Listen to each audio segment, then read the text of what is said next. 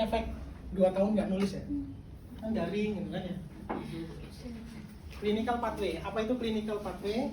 Clinical pathway itu adalah patofisiologi yang didasarkan pada hasil klinis. Nah, jadi tugasnya mahasiswa adalah setiap mahasiswa mencari case real. Apa itu case real? Adalah kasus asli. Ya. Kasus asli bisa dapat di mana? Sudah pernah masuk rumah sakit? Pernah dapat kasus DM? Siapa yang pernah dapat kasus DM? Siapa yang pernah dapat kasus DM? Lupa? Belum aja. Kan kemarin sudah pernah masuk rumah sakit? Sudah pernah dapat kasus DM? Yang sudah berapa orang? Nah, kasusnya diangkat lagi.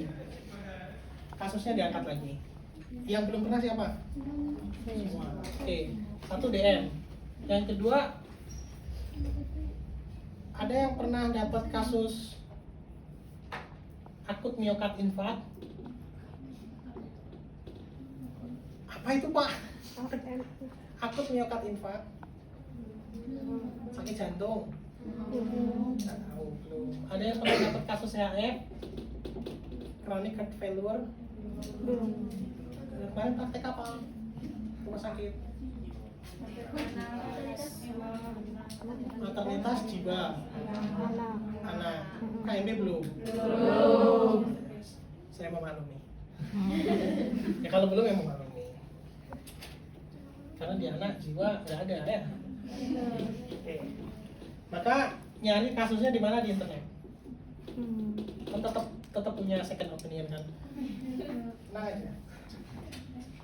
Saya nggak punya kuota. Siapa yang nggak punya kuota? Siapa yang nggak punya kuota? Sama gitu loh. Ya, cari di internet, pakai real case, tidak boleh kasus yang sama. Kasusnya tentang apa? Satu tentang DM, ya, yang kedua tentang AMI atau CHR, yang ketiga trauma abdomen. Oke, tugasnya apa? Udah pernah bikin pathway? Sudah.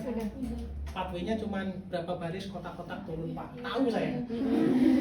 Nggak usah diceritain, tahu. Tapi saya tidak minta itu. Ya, saya tidak minta itu. Namun pathway yang pernah kalian buat nanti disesuaikan dengan kasusnya sebagai data awal. Sebagai data awal yang harus dikembangkan sesuai dengan clinical pathway. Kalau pathway yang kalian bikin itu kan hanya pathway-nya, toh kan? Yang paling umpamanya sini, tahu-tahu turun ke sini, sini, sini, dan sebelahnya sini, ini, terus diagnosa. Ini gitu aja, ya nggak? Saya tahu. Ini cara belajar saya zaman 2006. Udah kadaluarsa. Ya, dulu masih pathway, belum ada clinical pathway. Nah, tapi sekarang metode pembelajaran kita adalah clinical pathway. Semua teman-teman KMB sudah sepakat, dosen-dosen KMB sudah sepakat bahwa kita mengajarkan ke mahasiswa sudah bukan pathway, tapi clinical pathway. Apa itu clinical pathway? Seumpamanya gini, kita mau ngomongin DM kan, seumpamanya ada dari pola makan, seumpamanya pola makan, ada keturunan, seumpamanya, kemudian turun terjadinya kerusakan pankreas, seumpamanya kerusakan pankreas, turun penurunan produksi insulin, seumpamanya, kemudian terakumulasinya atau peningkatan gula dalam darah, gula darah, seumpamanya ditandai dengan ketika terjadi ini, kemudian kalau peningkatan gula darah kemudian jadinya namanya mual, seumpamanya. Kalau mual berarti diagnosis keperawanannya nausea, seumpamanya gitu kan, seumpamanya kan. Atau nanti dari peningkatan insulin muncul apa lagi?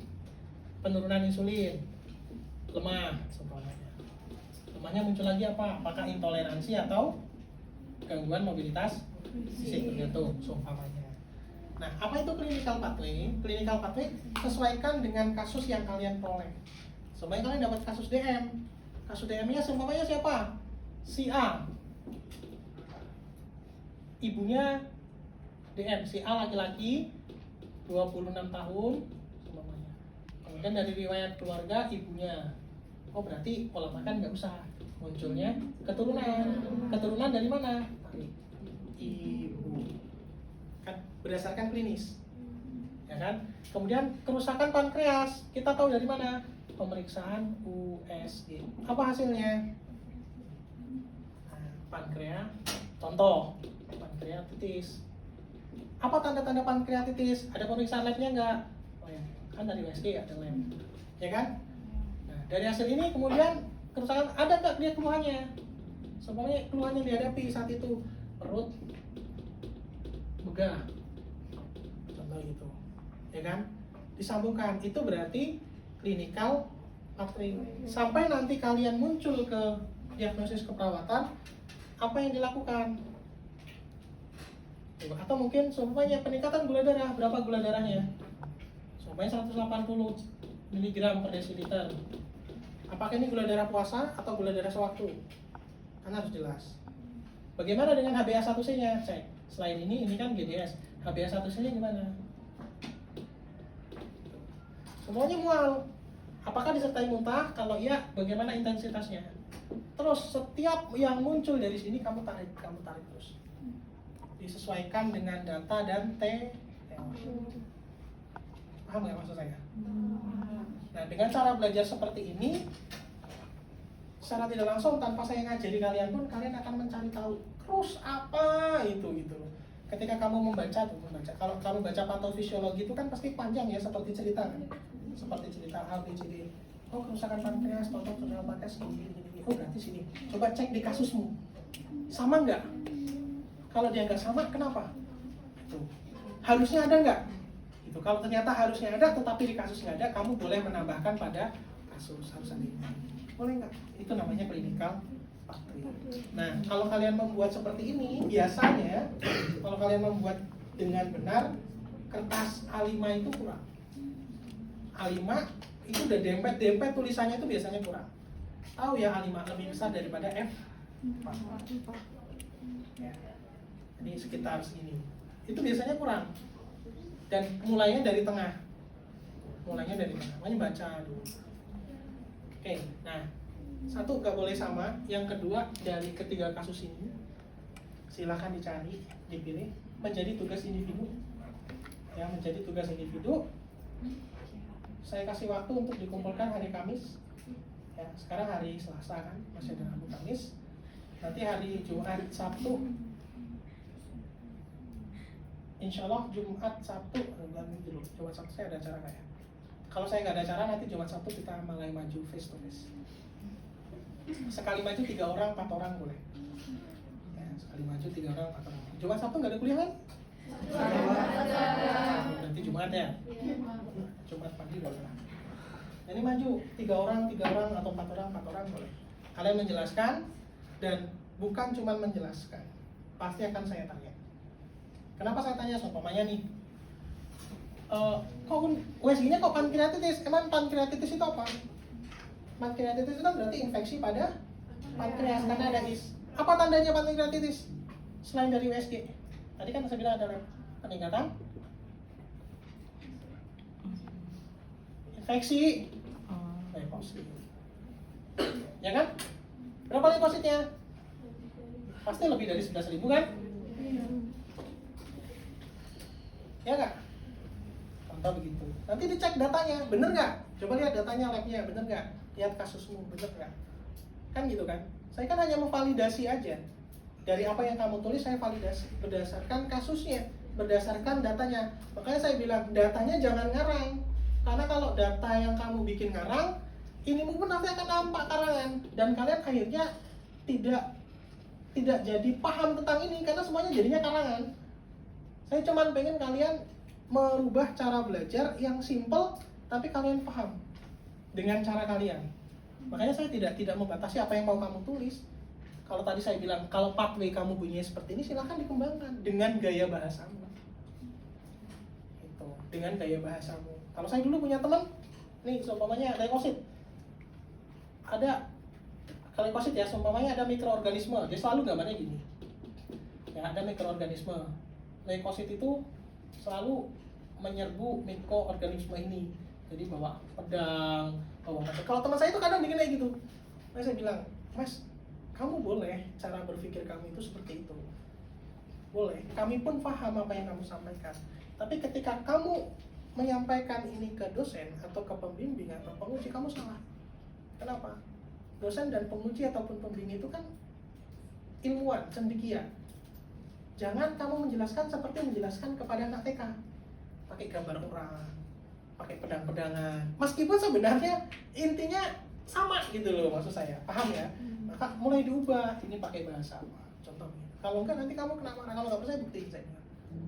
Ya sama dia dibuktikan, akhirnya dia ngomong, Mas kita itu bukan anak TK. Kenapa kamu menjelaskan seperti anak? Benar kan bahasanya? Persis gitu loh. Dengan apa yang saya sampaikan.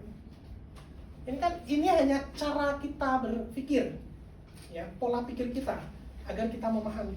Tetapi apa yang kita sampaikan harus sesuai dengan keilmuan, ya, harus sesuai dengan keilmuan. Kalian baca buku 1, cukup patofisiologi, ya, patofisiologi. Kalau saya mau minjemin buku saya, janganlah buku saya dipinjemin orang mahasiswa 2 tahun baliknya, ya, sayang. Ya, saya ada buku 1, tebel, lumayan segini. Ya sekitar mungkin 4.000-5.000 halaman. Kalau hilang saya sedih. Itu buku asli, saya belinya dulu cukup mahal. Murah mana ya? Ya, satu buku itu saya belinya sekitar 2.500.000 satu buku. Kalau kamu belajar itu hafal, khatam, tapi kamu paham, saya tepuk tangan. Gitu. Karena seluruh sistem, 9 sistem itu ada di sana semua. Ya, mulai dari kamu minum air putih, minum jus, minum es jeruk, minum teh, kamu minum sampai nanti tiba-tiba keluar airnya ada yang kuning, ada yang bening dan lain sebagainya. Semua itu diceritakan. Ya, artinya yang di dalam tubuh itu pun diceritakan sampai dia keluar. Itu di buku yang saya punya. Jadi yang makanan, kamu makan steak, kamu makan sayur lodeh, kamu makan telo, keluarnya sama, baunya khas. Sama, warnanya kuning, ya kan? Atau ada yang keluarnya mungkin masih bentuk cair, atau ada yang keluar bentuknya seperti bakso dan lain sebagainya. Semua itu dijelaskan secara lengkap. Namanya punyanya Silverstone bukunya. Kalau kalian beli di Pasar Senen Jakarta. Makanya saya nggak pinjemin ke orang lagi karena dipinjem mahasiswanya keasikan sampai 2 tahun baru dikembalikan. Itu aja setelah saya lupa, saya nyari kok nggak ada, saya baru ingat. Itu saya harus nyari kontaknya dulu, kan 2 tahun hilang mahasiswa. Baru dipulang. Jadi nggak akan saya keluarkan lagi. Pak Dian aja belajar pakai itu, Pak Dian, Pak Giri. Pak saya pinjam bukunya boleh. Pak Dian, Pak Giri. Yang belum tahu Pak udah tahu mungkin ikut pinjam. Karena di sana enak gitu. Orang luar negeri, tapi pakai bahasa awam, menjelaskannya lebih mudah.